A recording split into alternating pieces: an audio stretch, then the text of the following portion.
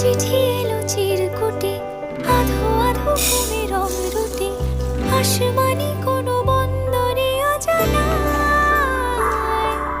চোখ পড়লো যে তোর চোখে, বোবা কথাগুলো আজ ঠোঁটে, তোর হাতে রেখে হাত পা বাড়ায়। ঠিক এভাবে গল্প হোক, তোর দু চোখে রেখে চোখ। ঠিক এভাবে গল্প হোক, তোর দু চোখে রেখে চোখ। মরশুমে শুধু তো আমার গল্প